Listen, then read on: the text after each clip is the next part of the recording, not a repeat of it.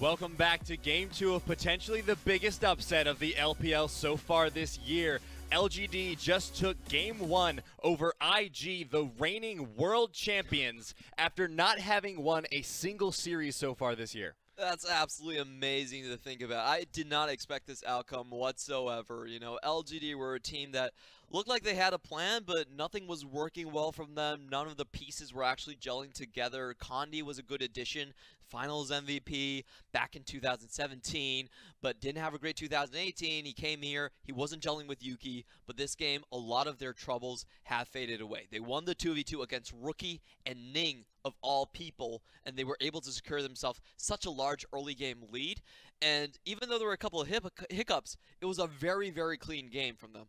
Something seems to have clicked in the intervening time. We don't know what magic they pulled during Chinese New Year, but it is clearly on display today because they looked so coordinated, so put together, and so much more knowledgeable about macro, about how to play the game, about tempo leads. Everything, every single aspect we've seen out of LGD today has been improved from what we've seen before. But one of the things that they were sorely lacking before, we always criticized them for dying too much, but that was usually because they were going a little bit too ham. This game, Yuuki went just ham enough and got so many absolutely clutch engages. He took over the entire game as the MVP. The angles for the engagers were legit, and the timing on the engagers were great. I just haven't seen Yuuki play with this type of pose anywhere, anytime in the past. Like, he was a great assassin player. No one ever doubted his solo potential. But to see him work within the framework of a team, get the correct macro play down for all of his team members was amazing to watch. And it really shows the ceiling that this guy has. And that kill participation is actually kind of insane. Like, that sounds like an overstatement, but 87.5% kill participation on a mid laner, no less, is not just hard, but damn near impossible to achieve if you want to have any win whatsoever. You can have 100% kill participation as a mid laner if you get 0 kills. But if you win a game against the world champions and you have 87.5% kill participation, that's absolutely insane. Yuuki was the catalyst for every single play that was made for LGD that game. It definitely is the case so far, and for Invictus Gaming, I think they need to start tuning in their game plan a little bit. The number one problem that I felt like they had was they actually picked a lot of lanes that were that didn't work out for them. The Urgot in the top side, Urgot is a new counter on this patch. They probably weren't too familiar with the matchup. They selected it blind. They already had the Syndra shown as well, and it was a very easy counter matchup for Ryze to really abuse. And we could see that he did it as soon as he hit level 6. Just pop the Maiden, make sure that basically the Urgot can never use his Purge, his main source of damage, and you just win the lane, auto-win the lane that way. Also, the team fights were a little bit scrappy from Invictus Gaming. Their first team fight felt like a couple of individual mistakes. That was a fight that they actually had the better concave. They should have had a great collapse. West had to back out of the fight early. There's 2 members suddenly gone from the fight, and then Rookie gets collapsed on and gets killed for a second death before the 10-minute mark. And you're like, this is going terribly wrong.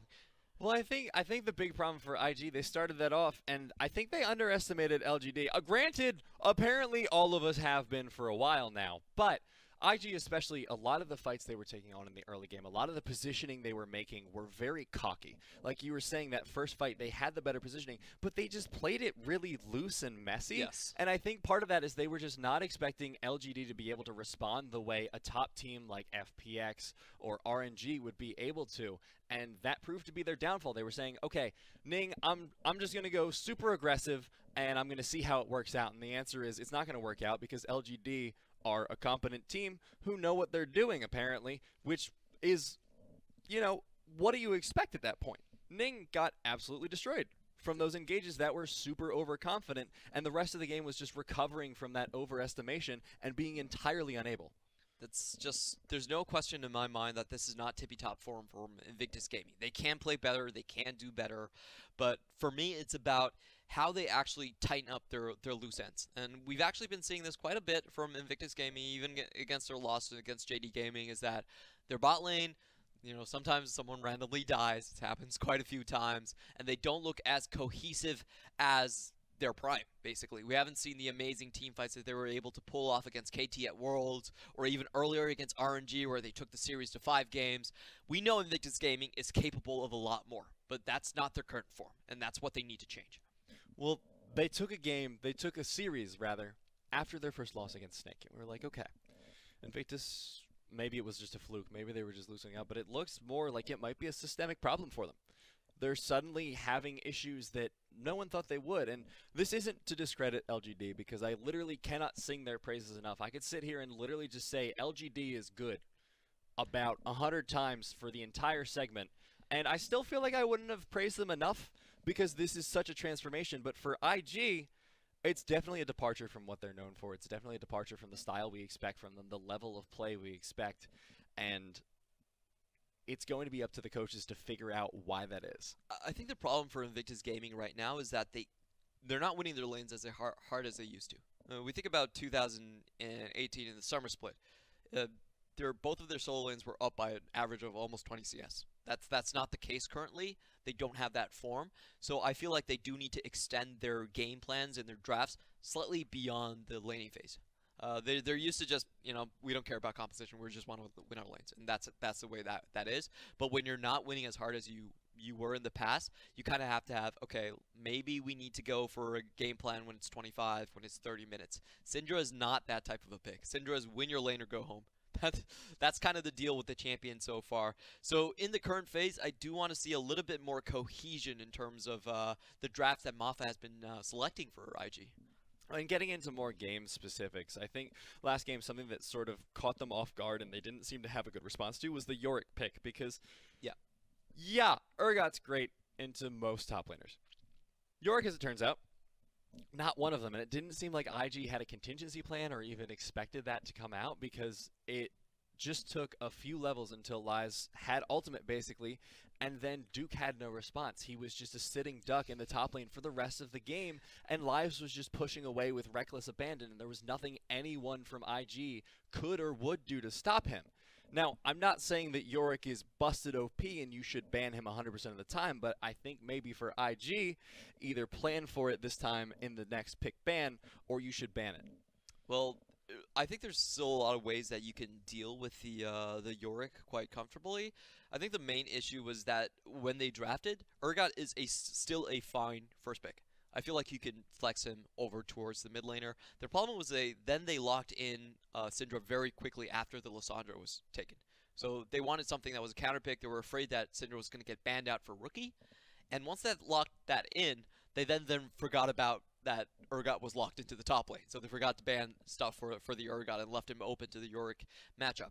So it does seem like, to me, it seems more like a drafting mistake. Like they just kind of forgot about like that one thread that would have doomed them in towards the top side, and that's a relatively easy fix. So I don't think that's gonna be a reoccurring issue for them so far. But what I do want to see them really shape up is I feel like Rookie and Ning, the core engine that won the Worlds basically, has not been going as smoothly as it could be. Like I want to see more 2v2 plays where it's coordinated, where they can find kills easily. In this time around, Rookie obviously was surprised for the first blood by a Predator Olaf. Just came out through his warding position, walked straight past his ward and got the kill anyway. And the second time around, it was just kind of like an individual mistake from the bot lane, costing him another death, and Syndra was kind of useless throughout the entire fight. So I really do want to see Ning and Rookie just shaping up, going into the jungle, taking more 2v2s in a coordinated fashion, and showing the dominance that we know they're capable of. I really think the question that's going to be looming over us for the second game is the following. Is LGD's performance from game one just lightning in a bottle? Is it gone now, or is this what we can expect from them going forward? Because yes, it was a problem for IG, and it looks like IG are pulling out the big guns now, subbing in TheShy. Yeah, there's just one step closer to the World Championship roster that played the finals that day. Still don't have Jackie Love on the stands. Jackie Love is listed as a sub today, so he could still potentially join if there is a game 3. That is a potential. But for now, you're leaving West up there, and TheShy joining in. Shy, hopefully we'll be able to do a little bit better dealing with Ryze in the top lane. But LGD, I want to see them come out with something else in the draft, because I think the drafting sort of helped them. As you were saying, IG looked off guard from the Yorick pick. So if they're able to get another draft that catches IG in a situation where they don't have an answer to something, I think that's how they're going to get the ball rolling once again for maybe their second victory.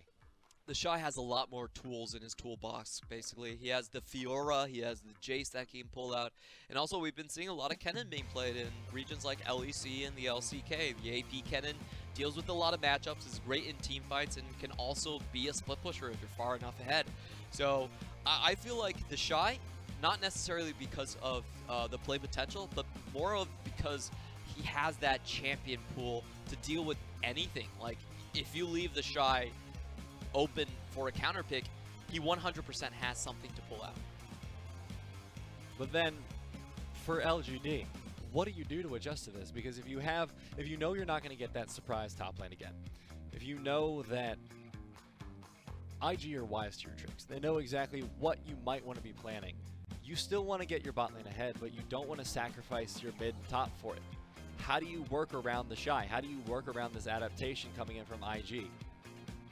I think what you can do is you want to, first of all, I really like their plan in game one where they just shut down the bot lane. They said bot lane is not going to be a threat. Baolan is not going to get any roams. We're going to take away the Tom Kedge and just make sure you play super scared in the bot side. So there's going to be no hope, no help, no roams coming from there, and then you just focus on one of the lanes. All you need to do is just get one counter matchup and just hard force that matchup to the point that Invictus Gaming's laning strategy in their early game cannot hold up. You force Invictus Gaming to go to a plan B, to something they're not familiar with, to a game pacing that they haven't really played with much in 2018. They're not used to being on the back foot. This is something that we can say about IG. It's ironically a weird weakness to develop, but if you're not good at playing from behind at any stage of the game, those little things that trip you up suddenly snowball into something more. So I would like to see LGD find another one of those, because Kramer honestly played that game great, but if he hadn't been able to get out of lane as successfully as he would, that wouldn't have happened. You know, if RD made some great plays, but again, the laning phase helped them out with that. So for IG, honestly, the question is if they can just reset, I think, because after that last game, that can't feel good.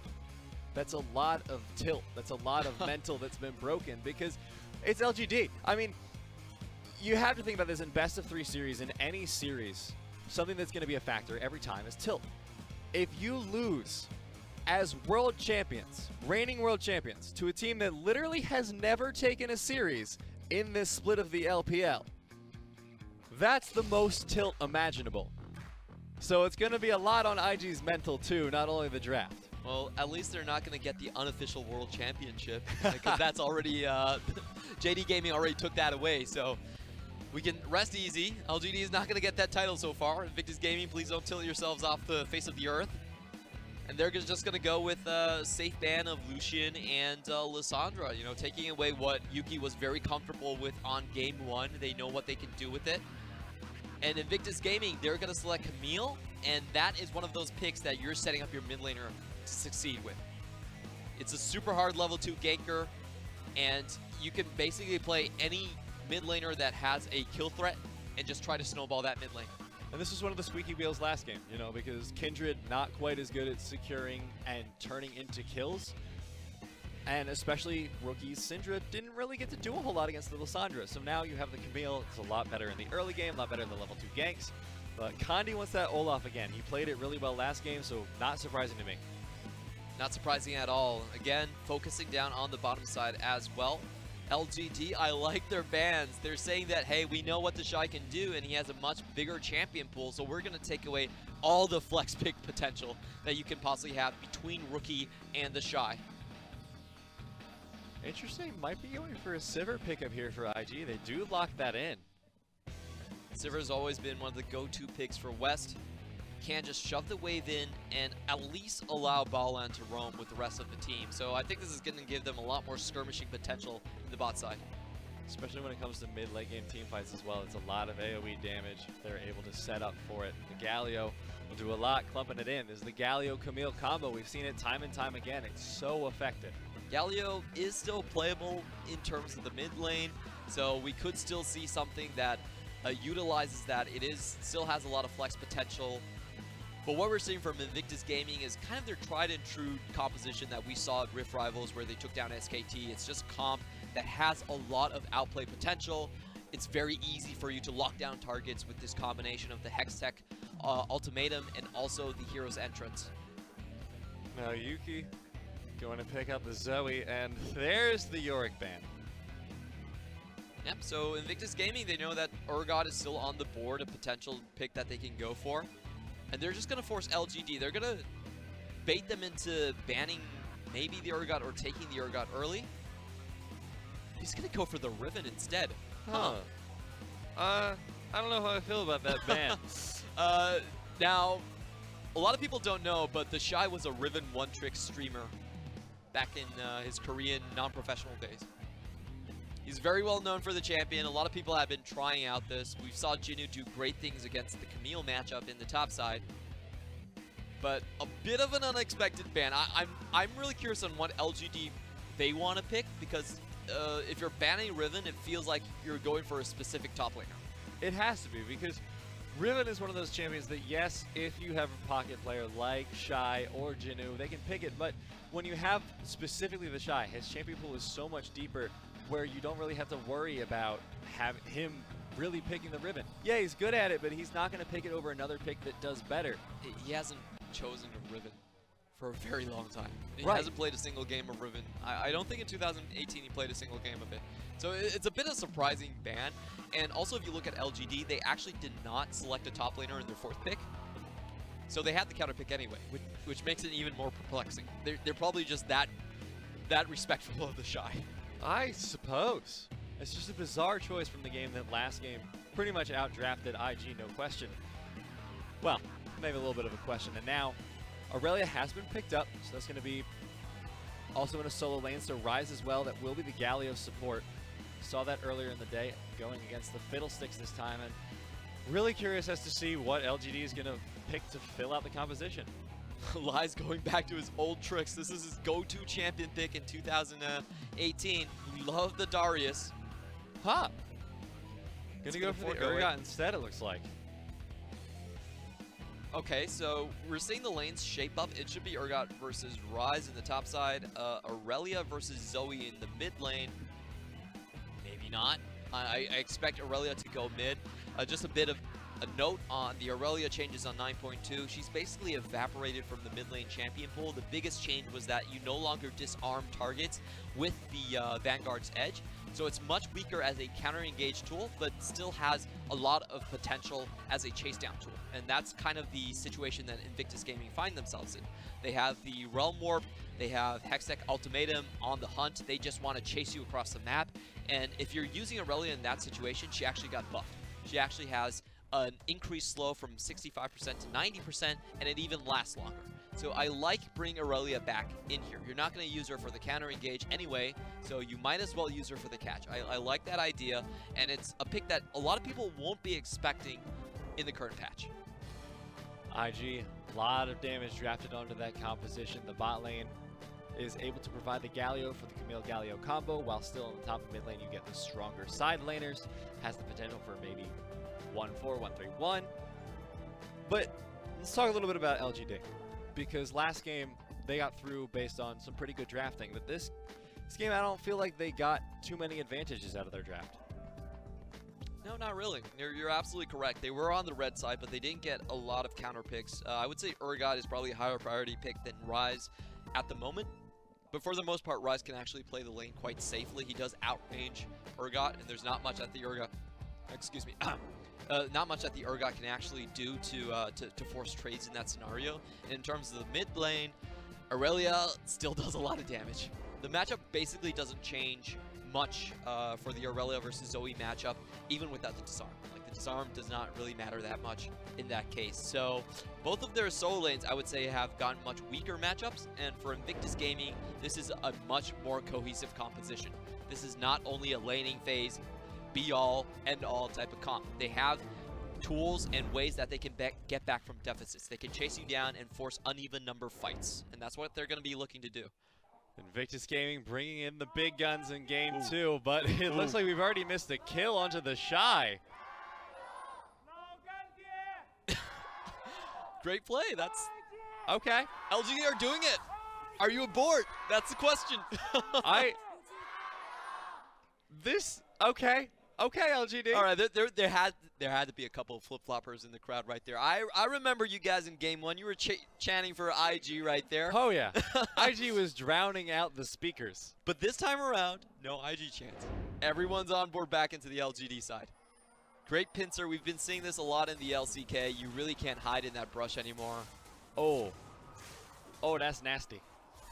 And Condi does get the first kill as well. That's actually huge for an Olaf jungle. And now he's going to start that blue buff all on his lonesome as per usual. And both junglers starting on the bottom side of the map. But now TheShy down to death. Condi up a kill. 400 gold in his pocket already. We'll see what he can do with it. Last game, he did pretty well. And he didn't even have that extra gold. That already boots for that Predator gank.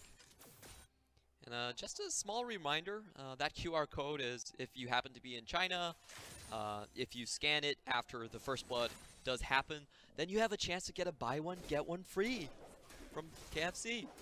Woo! Who doesn't love chicken? I love our BB.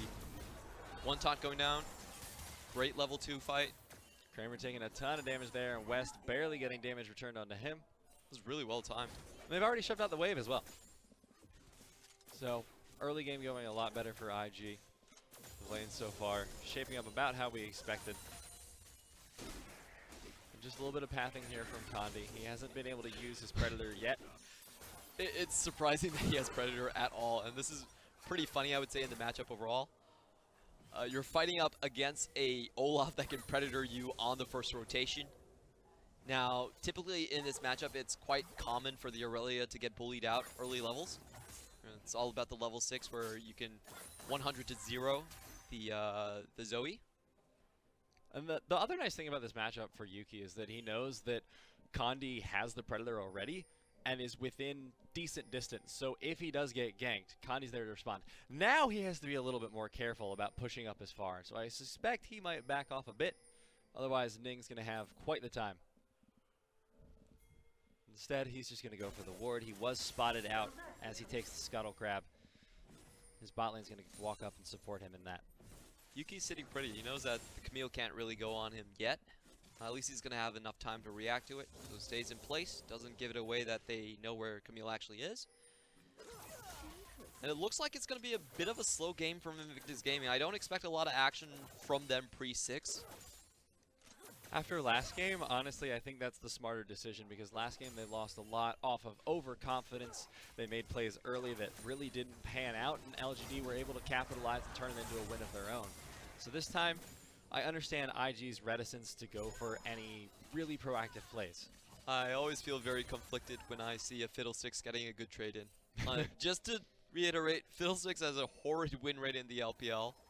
No one's been able to utilize him very well, but I won't deny he's a great laning champion. Ooh, they don't see Condi. They are backing up.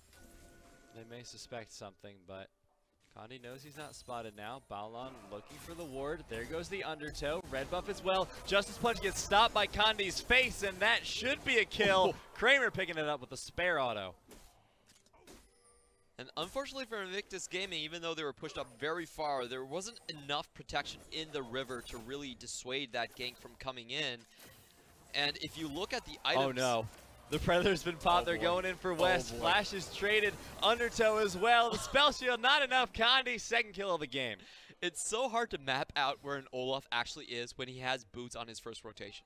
Condi did not back. He stayed on the map for that. And that, I feel like that really threw Invictus Gaming off guard, because Condi was on the map so long that their wards basically timed out, and he was able to get that gank in. Now that's a massive snowball coming from that first blood. Yeah, and it's looking to start shaping up a little bit like last game, which is really concerning for IG. But for LGD, they're sitting pretty. You know, they've already got a kill on their AD carry BF sword at 5.5 minutes.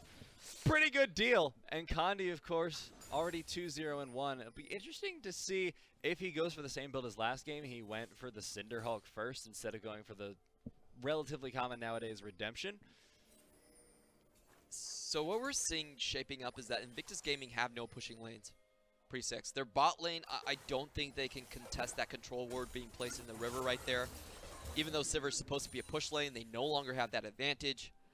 It's going to be a hard couple of minutes to sit out for IG. Rookie did hit 6 though, so I do expect that's going to be the next play where IG are going to try and come back. Kramer just farming it under tower, and Condi looking to make a return down here into the bottom lane. He's gonna let him off easy this time, Clement. Doesn't have the Predator quite ready just yet. Do you think he was spotted by Baolan glancing into the river? There's set a missing ping up there, so they're not 100% sure if he's there or not. If he wanted to, he could return after he goes for that blue buff. Now, LGD still looking good. You know, Yuuki, however, has hit 6 against Rookie, so this matchup might start going a little bit sour for them.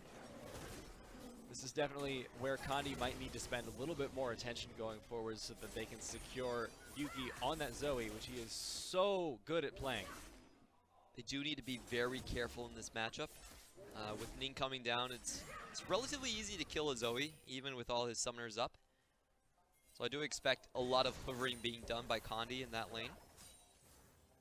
Now, IG still calmly pushing out in the bottom lane, like you said. The BF sword makes it a little bit harder to do that, but they're getting along just fine. And now, Ning looking in for the bottom lane, has the hook shot, wall dive. No one's here to respond to Flash, but he doesn't get the stun on who he wants. He will still pick up RD. I really like that experience sharing that Ning was able to do right there. He walked into the lane level 5, got his level 6 off the minions, and instantly just killed RD. Like, LGD were stepping a little bit too far forward in that lane. It was, I have to say, a bit of an easy gank coming in from Invictus Gaming. It was just pushing in the lane, resetting that situation, and frankly, I don't think that with the level of control that LGD had previously, this should have been the outcome. So, LGD, you know, they could have defended this lane a little bit better in this case. Now, LGD going to have to suffer the consequences a little bit as they have lost a little bit of tempo in the bottom lane. And now, Condi, not yet 6. Once he is, I suspect he might go for a little bit of a gank. In the top lane, still slightly in favor of TheShy, but Ryze is holding on by himself. Really impressive work from TheShy. Even though it's a non-interactive lane, he did lose out quite heavily earlier on. He's still able to get a CS lead in this situation. Yuuki is keeping good distance here in the mid lane. I really like to see this because we've seen Yuuki pop off on this Zoe before. I mean, a lot of the solo kill clips we had, actually I think all of them were of Yuuki's Zoe. So we know he's good at the champion. It's just important that he plays it well in lane, because out of lane, it's a little bit easier, but when you're in lane against the Irelia, that's scary. He knows the matchup very well. Irelia was Yuuki's most played champion this split so far. So he's definitely very aware of the burst potential coming out from the Irelia. Decides to keep his distance. And here comes the surprise party. And the ultimate goes down. Crowstorm Predator has been popped by Condi. They're chasing down onto Baolan. Baolan wants to ult out. Condi gets a good undertow. Baolan so low. There's the killer instinct to secure it for Kramer. Oh, that was a pretty smart play from Baolan. I really liked his decision making right there. Make sure there's enough distance from him and his AD carry and hope to get away with the hero's entrance. But couldn't get away from the ignite. And Kramer, you know, decides to burn his killer instincts just to secure the kill. It was about the best you could expect from him. Yeah. It still wasn't enough to save him, but, you know, you like to see a little bit of initiative, a little bit of creativity in the escapes. And LGD, now that they have taken out Baolan for the second time, will secure themselves an Infernal Dragon. Very cute play in that instance. I really feel like both teams need to ward up the bottom side better in this case. We do see LGD already having the control ward through the lane, just to make sure that Ning can't do a sneaky repeat gank that he did when he hit level 6. There's a lot of people for IG down around the mid lane. They really want to punish Yuuki. Not going to be able to, though, it looks like. Unless Yuuki steps up a little bit more. Condi and RD are here, though. This might just be 2v2. They didn't. Okay, there. They finally do spot the ward out.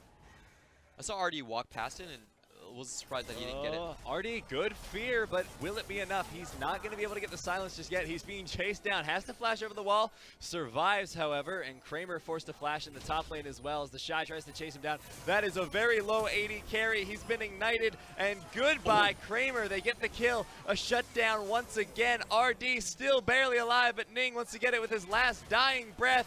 No, don't flip him towards him. Okay. Yuuki stops the death. RD's like, okay, good job, boys. Good job, boys. We did it. We did it. Bit of a close fight. I'm not actually sure who comes out ahead of that. It was 2 kills for LGD, but IG get 1 back, and they get a lot of times in the lanes. That's at least 2 tower platings down in the bot lane for West. So, messy fight all over the place, I have to say.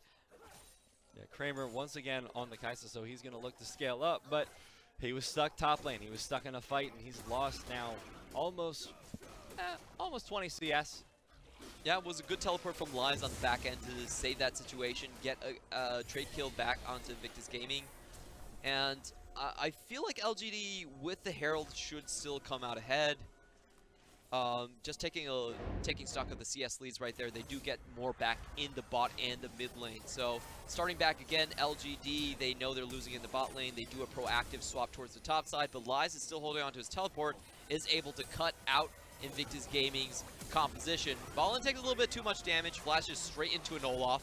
That should be an easy double kill for Condi right there. And Ning can't finish RD off in time. He's the target that they started with, but able to survive till the very last and even throw up an emote. As you do. The style emote, signature of the LPL. And now, as we take stock of the situation, LGD in a pretty good position. They're ahead in gold, granted just 700, but they have the Infernal Drake in their back pocket as well. Condi's playing like an absolute monster, and Yuuki's just completed his first item. He has the Luden's Echo, which means he has a lot of damage to work with. So they have a lot of places they can pressure. They have a lot of things going for them. The question is if they'll be able to play it as well as they did last game. I don't like this positioning, but they're going all on to Ning. Picking him up for free. That was really unfortunate. So Ning leaves the brush as Condi is walking in. He goes topside, and after that, there's really no place for him to really go. Oh, Yuuki gonna have to be careful. Dodges out. It was very close to him getting stunned, but now Rift Herald dropped in the bottom lane. Get at least one chunk down, and RG is looking for the engage, not quite able to find it, but here he goes with the fear, the taunt, the silence. He's going to die, but instead they will pick up Baolan as well on the back. Condi goes golden. West taking a lot of damage. He's not quite dead yet, but he is so low, stuck under the tower, and Condi just going to keep putting damage down. I don't know if Kramer wants to go forward on this situation. I think maybe he should just let Yuuki take care of it. Yep, I think that's the correct decision as well. See if Yuuki can get the snipe. Oh, does get the execute. Nice. Condi going to get picked up on the back as well, so they really only lose Baolan. Yeah, it was a 1-for-1 trade. They do lose the tower, but, you know, with the Herald being expended there as well, not that bad for Invictus Gaming. Even a very big tower, very big bounty going over to Ning. IG are still losing, but this time they're losing with a little bit more proactivity. They still look like they have their wits about them, so to speak, and they have ways back into the game. It's far from insurmountable right now, but LGD, they're still looking really good, and I'm excited because they might just pull the 2-0. Ning's first gank into the bot lane really put the game back into IG's court right there. They could continue to push up on that bot side, and they even forced the rotation coming out from LGD's bot lane. Let's just watch Ning's play again. Now, even if the turret is taken, you can still use it for the hook shot. So no surprises there. And Condi just, you know, stays a little bit too long. In the grand scheme of things, definitely not worth it for LGD. He had an 800 gold bounty on him. If they're able to get this Infernal Drake, though, however, that's 2 in a row. It's pretty significant for them, but it doesn't look like Condi's willing to... Oh, no, he's still keeping at it. He will secure it. No contest coming in from IG, so that's 2 Infernals in a row. Next one will be an Ocean, but that's still a lot of AD and AP. The gods of fortune are smiling upon LGD. It's finally their turn, but can Yuuki get out of this? Fancy feet coming in from the mid laner of LGD. It was a little bit scary right there. Very dicey situation. You see the portal jump from Yuuki just to collect a couple more minions, and Rookie shows out of the bush like a clever goer would. And still able to get away, though. In this top lane, we haven't touched on it much because not a whole lot has been happening from it. Like we said, non-interactive, sure, but I didn't expect to literally not hear from it for the entire game. Well, it has happened. That's It where gets we the are. stun on Yuuki, but he's still able to get back. I really like how Yuuki has played the matchup so far. Like, we haven't really seen any meaningful trades from Rookie go down onto Yuuki. And during the laning phase, that's kind of all Yuuki has to do. I mean, because Irelia has so much burst potential, and if she's able to get a full combo onto Yuuki, he should theoretically just die. But every single time we've seen the engage go down, Yuuki has outplayed it, and that's absolutely insane because he's able to keep up this pressure in the mid lane by himself. Definitely is the case, but I feel like LGD's leads in the early game don't really mean that much now. Like, IG this time around, they're actually running with a cohesive composition. This composition is built for speed. They can lock down targets super fast. We are seeing a Realm Warp play being set up by TheShy towards the top side. Good thing that Kramer is standing right underneath his tower. There's no one on the map. Oh, Condi, he's stuck between a rock and a hard place. He is almost certainly dead here, but 4-man gank, only losing one instead of the two. That's not the worst. No a lot objectives expended left. for that, and if LGD can get something back on the bottom side of the map, I think that kill's fine. Yeah, Kramer's still alive. He was not hit up by that. RD will still be available to peel for him as well. So if they're able to hold off the push in this top lane, things are looking pretty good for them because there is a lot of pressure going down in the bot for Ryze. Now Kramer just continuing to farm the wave. West has so much wave clear already. Just the Stormrazor and the Zeal. Yuuki not quite going to be able to get the Sleepy Triple Bubble pop like he wanted. Now LGD putting a lot of pressure back onto the middle lane. Game of wits between these two, both trying to land the hard CCs. I think for LGD, what they're really lacking is the vision advantage that they need for this composition to work. If they get to create a blind zone for Invictus Gaming, they have the Sleepy Trouble Bubble and the surprise coming over the wall. I think it's going to be down to Condi to actually spearhead the invade into the jungle. He's very fed at this point, even with the bounty that he handed over to Ning.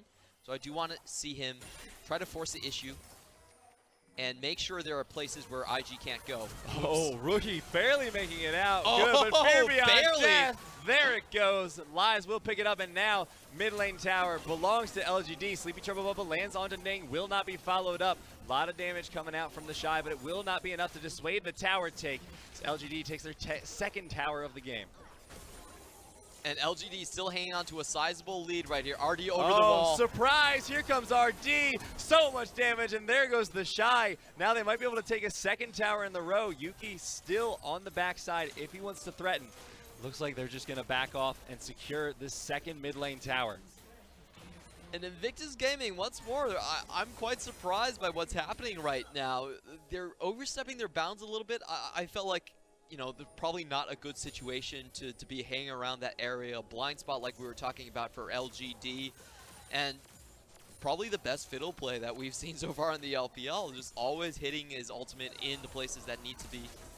Oh, Kramer, that was actually an incredibly good flash. And Condi 1v1 versus Ning forces him to go golden. If Yuuki has the trouble bubble, no, the flash away from Ning will save him in time. Yuuki Kramer's gets still stunned going. up by Irelia. He's still going in. He gets attacked by Rookie, and now Yuuki has over-aggressed finally. Kramer might be looking for more. The heal goes onto Ryze. A great fear beyond death, but not enough damage onto Ning. RD has to go golden, and he will fall down. LGD have lost so much in this mid lane fight and got nothing for it.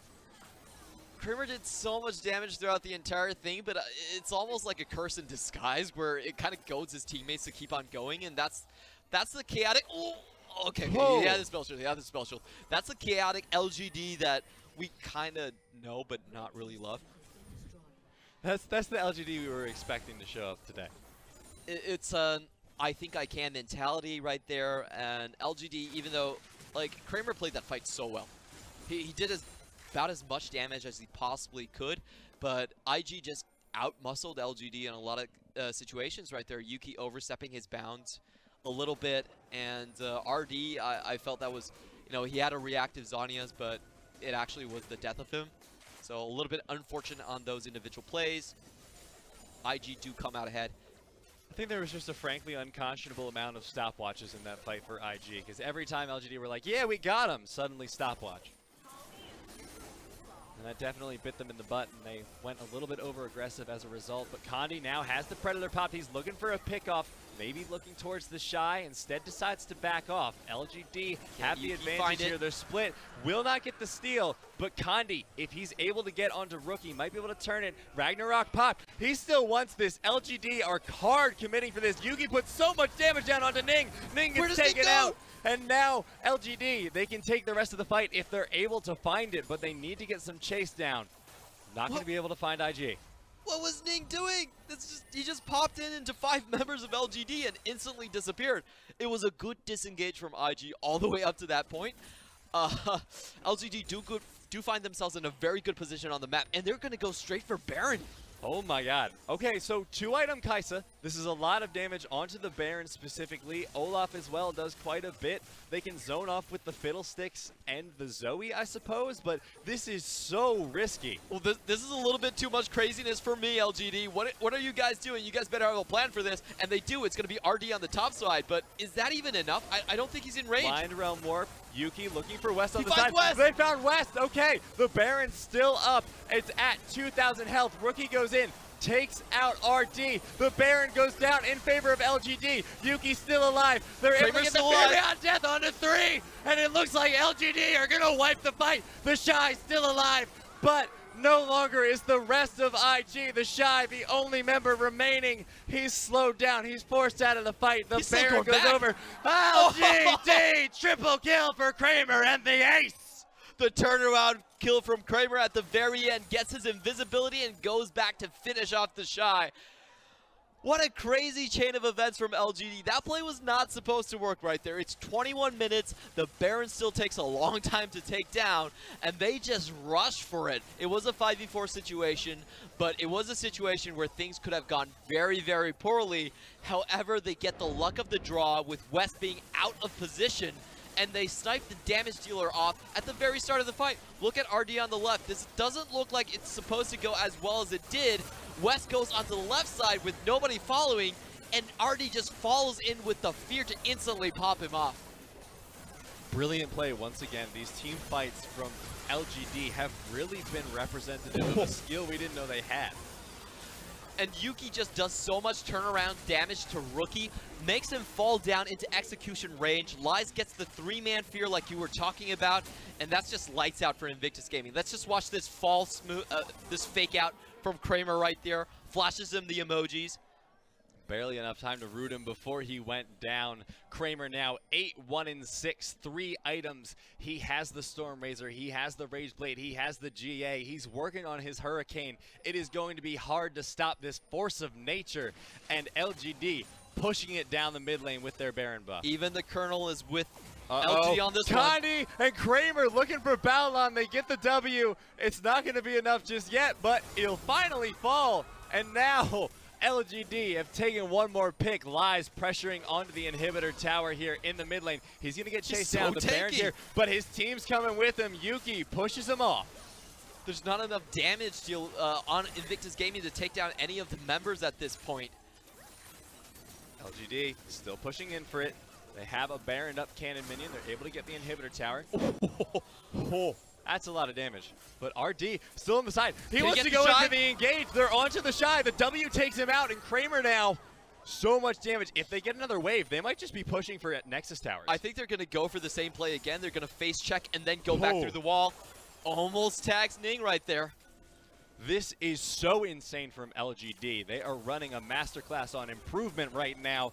LGD up 6,000 gold. The double Infernal working overtime for them. As they've still got the Baron buff for another 38 seconds. Should be able to get, at the very least, this outer tower. Condi wants to secure that it's more, though. He's looking for Rookie. He has the Predator still ticking. The tower goes down. And now, Rookie, he gets the ultimate, but it's not going to be enough. Vanguard's Edge barely does anything. And Ning and West so low. Ryze is finally taken out, but Kramer's still alive, and that's all that matters. They pick up one more. Baolan is down. Kramer goes back in. He's going to get another one. TheShy so low. The GA's been popped.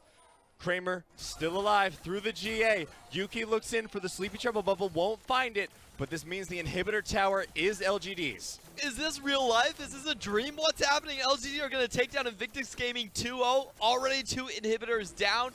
It's going to take a miracle for the world champions to go up against the 16th place team in the LPL. And it's absolutely crazy how fast this game has evolved, because you look at it, there still hasn't been an outer taken in the top lane. That's how quickly this game went from, IG's doing okay, to, oh my god, IG is getting stomped by LGD. It's another Infernal. This is actually insane. This is why you select a red dragon as your logo. It brings you luck. It calls the other red drakes to the rift. This is an incredible game, especially, we were talking about Kramer a lot, and we were highlighting him and saying, well, they really want to play through him. You're going to see why in this fight. I want to see how Rookie gets tagged right here. Oh, he tries to dodge out on the Condi undertow, and instead walks into the RD Fear. They get the CC chain, take him down at the start of the fight, and Baolan's like, oops, I'm in the wrong spot right here. I'm not in the neighborhood I want to be in. Now Kramer, 11, 1, and 8, has 4 completed items and a stopwatch just in case. Going to be able to pick up the red buff now, and IG feeling a little bit desperate, going for the old-fashioned bush strats, but no one's going to be around Baron. It's still not spawning for a minute. This is the old Fnatic brush we trust, but Fnatic themselves aren't doing so hot this split. So it's going to be a tough time for them. I don't feel like LGD is going to get caught out by this. They do have a lot of abilities that can check brushes. Here's the other thing I don't get. IG, you still have an outer tower. Why would LGD go for the riskier play that they don't need to right now of establishing vision around Baron when they can just take a free outer tower, get more gold in their pocket, and put pressure on you? Hey, you have to try sometimes. You know? You have to. It's already called the Hail Mary play, so you have to push your luck sometimes. But if you see what Yuuki's doing, he's doing his due diligence. He's checking every single brush as he goes in. So I think it's going to be very difficult for Invictus Game to actually find something like that. It's a little bit too easy with the tools that are available to LGD to actually check these brushes. So they're being caught in a very bad position trying to defend. I think they have to let this one go. Good wave clear coming out from IG. It's the advantage of having something like a Sivir as your AD carry. You can clear those waves pretty darn quick. But the Baron has respawned. Baron buff, of course, fallen off of LGD, but they say, no problem, we'll just get ourselves another one. And let's see if IG wants to contest it. The only way that Invictus Gaming wins these fights is if they can snipe out Kramer at the very beginning. They do have the tools for it. I don't think Kramer has his Mercurial Scimitar yet, so he is still prone to being CC'd. It's just about how can IG actually find all of their damage and put it all on Kramer at once.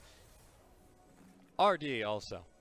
We haven't talked about him enough, I feel like, because we've been kind of memeing about Fiddlesticks here in the I'm LPL. a Fiddlesticks hater. But every single engage from RD has been absolutely immaculate, has set up at least one pick for his team, has done exactly what Fiddlesticks needs to do, disrupt. And RD has been playing it brilliantly. Every member of LGD has brought beyond their A game today. And it might just end up in a victory against the world champions, their first series victory in the LPL. Against Invictus Gaming. You know, I haven't seen an LGD fan since 2015, so it's been a long time coming. I'm glad that they're finally shaping up, but they haven't closed the deal yet. And that's a big thing that we have to talk about right now. Invictus Gaming, they still have ways to win the game. Especially in a split-up situation like this, we have to remember, Invictus Gaming, they can collapse on one side faster than LGD can. It's about, can they actually find the damage on the targets they need? Oh, that was a strong W there. RD going in, not able to get the full engage. Kramer goes real deep with the killer instinct, but still alive. Rookie tries to go for anything, but not able to find it. His GA is popped. His tower is down. His top laner and AD carry are trying to save themselves, but Kramer is unstoppable machine of death. They take down the inhibitor. TheShy so low, the last carry standing for their team. And Kramer is tearing down towers. He's tearing down the team fight. He's barely still alive. He finally gets taken out. IG might be able to turn it. Flies. They're so low. Yuuki able to pick up one. Baron buff still on the minions. Realm Warp coming in from TheShy. Yuuki flashes out. Gets a great trouble bubble. Is he He's gonna go back? in. He gets the pop. The ace comes out. The teleport is coming in. And LGD are going to win their first series of the LPL against the reigning world champions. LGD, from the ashes of a great organization, are able to rise with their new roster, put on a masterclass of a performance, and take down the reigning world champions. I do not believe this is real life. I literally cannot believe the scoreboard I am seeing in front of me. I watched every single second of both of those games, and IG's faces mirror my own. I cannot believe what I just saw. LGD have improved so massively in the span of just the 2 weeks we saw them off. Their macro, their micro, their decision making, their playmaking, everything has improved in every aspect, and it's led to this moment culminating now in their victory against the reigning world champions. LGD, you can hold your heads high today. You've gotten your first series win. LGD fans should be ecstatic in their home arena, really representing for the city right here in Hangzhou. I just did not expect that at all to happen. We were talking about how IG, their win condition in that final push was to look for Kramer and take him out. Well, Kramer came looking for them. He was in the front of the fight, going in all the way, baiting out the Vanguard's edge from Rookie, and then sneaking back out, and then going back in to deal even more damage. Like, Kramer was an absolute beast in that entire fight. Oh, I'm at a loss for words. I did not expect this to happen from LGD. I thought it was going to be a fast day. I would be home by 10 p.m.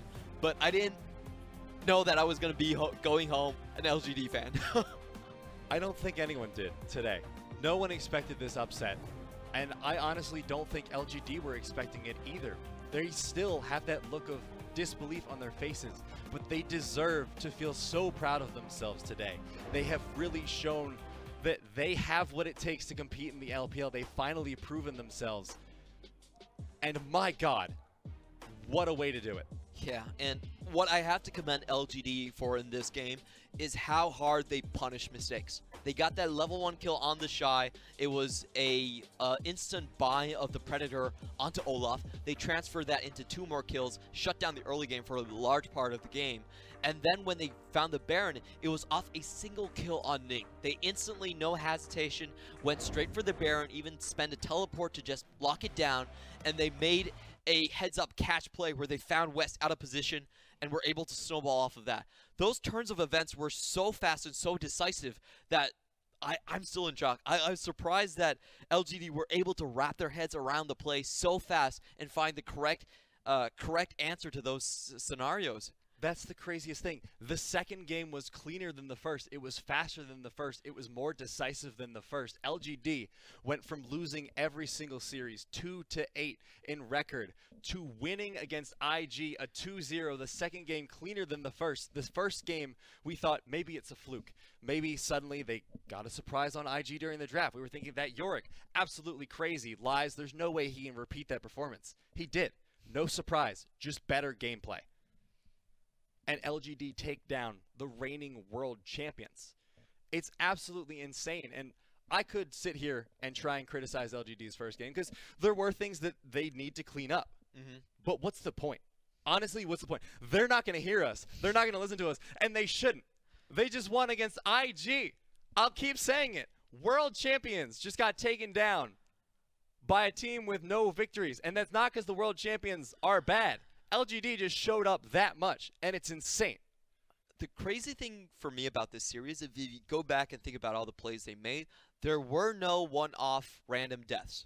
I think that's the massive improvement, the biggest thing that we were looking for. When we were talking about LGD before Chinese Lunar New Year, their biggest problem was that they had a lot of these one-off deaths throughout the mid-game. They never found their tempo or their footing.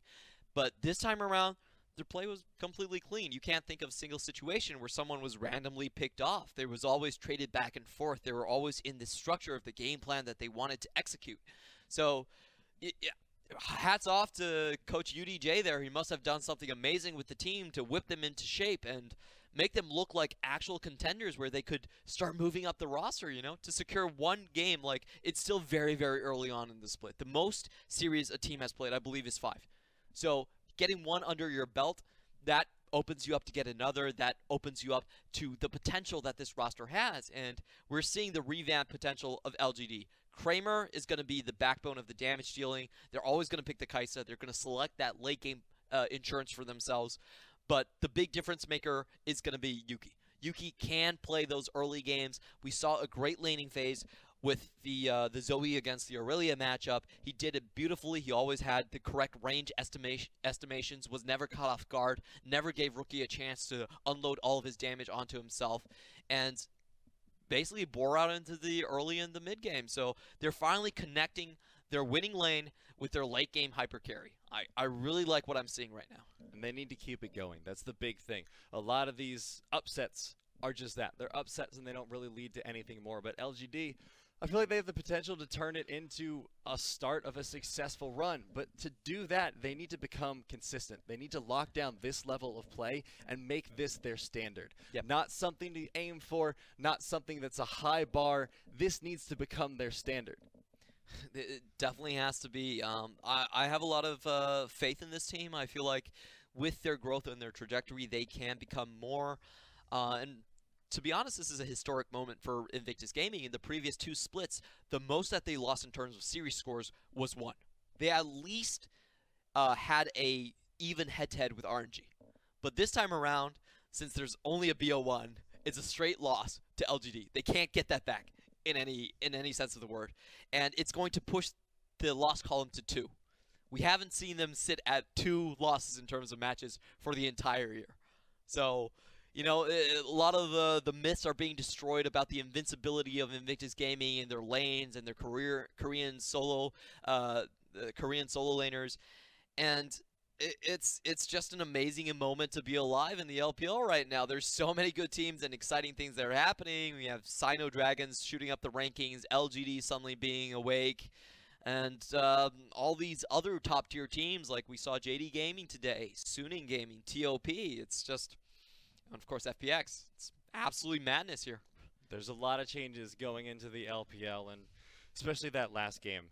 That was representative of a shift in LGD. It was representative of a shift in IG, and a lot of that was off the back of Kramer, because we had been saying that Kramer needs to be the central carry for LGD against IG this game.